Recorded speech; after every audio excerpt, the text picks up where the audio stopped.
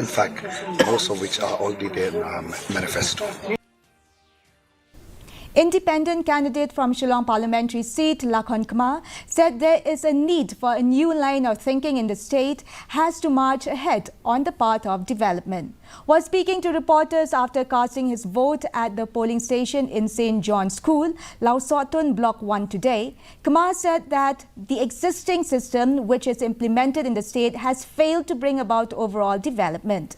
According to him, there is no dirt on qualified people who can bring in new ideas, adding that he will be ready to take a lead on this front if people give the opportunity to represent him as an MP.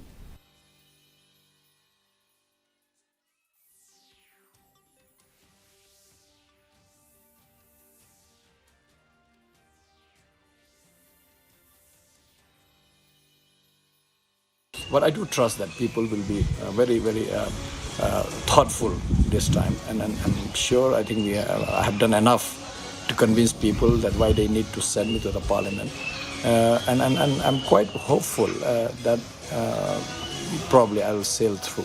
But the rest, of course, depend on the God. I mean, He knows the best what to do. So we leave it to Him. We can only do our part. Director General of Police DGP L.R. Bishnoi